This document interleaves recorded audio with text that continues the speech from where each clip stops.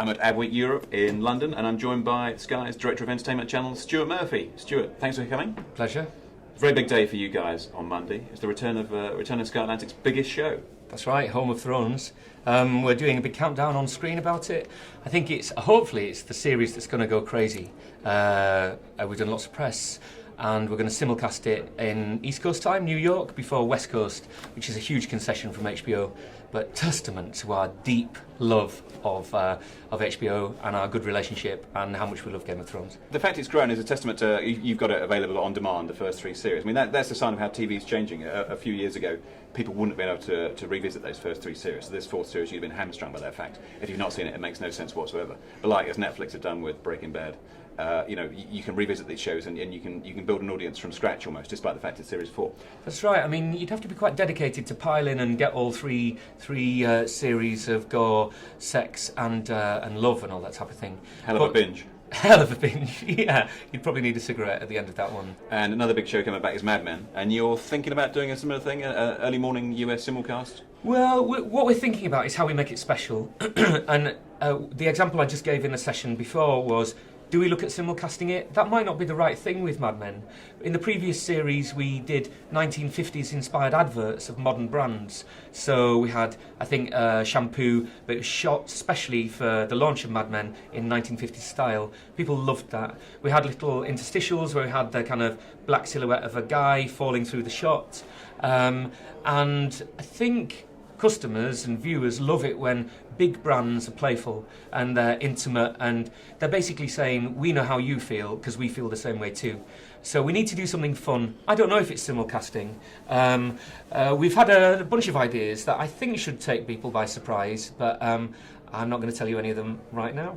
Is it weird that it doesn't get bigger audiences? I'm not making a comparison with what it used to get when it was on the BBC, but the fact that it's so talked about and generates so much heat, and yet, in relative terms and also across the series, it still doesn't get, bigger ratings. Yeah, it's true. I mean, it gets higher ratings on Sky Atlantic in Sky Homes than it used to get on BBC 4 in Sky Homes.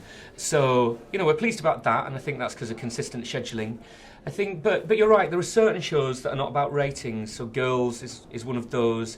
I think Mad Men is one of those. And from my point of view, we're trying to always judge shows by 2 things. Either huge amounts of people come to them, or a smaller group of people are obsessed with them. I think the worrying thing is when something gets neither really high ratings nor is really, really loved. We know Mad Men, people are obsessed with it. So we're running the first half of the final series this year, and then the second half of the final series a few months after.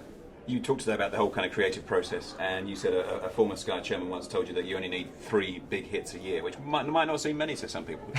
Who was that? Tell us about that. It was James Murdoch at the time. And I think the point he was making, I actually think if I only had 3 hits a year, I wouldn't be sitting here now, to be totally honest. But it was just trying to make the point that some creative industries get fractious about failure, and actually we can't worry about failure. It's not only it's a kind of necessary byproduct of a hit.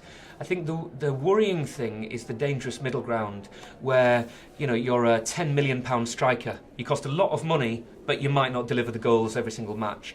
Or you're an expensive show that's moderately expensive but not huge, but you don't get the ratings or the love to justify it. Or you're an actress that's quite good looking but doesn't really get the big roles, but you're expensive. So you need to really go for it to break through, is the point he was making. And previous places I've worked, people will obsess to the nth degree about a failure in a really unhealthy way, and you'll get kind of creative paralysis where you're too nervous or ashamed or you've been fired, so you can't come up with anything else, and that's antithetical to the creative process. I think what you need is support, enthusiasm. You need people to care about you, to get where you're coming from, and you need people to protect and cherish the delicate little thing that is an idea, and support it, not bulldozer in and ruin it, and if it goes wrong, to crucify the person who came up with it.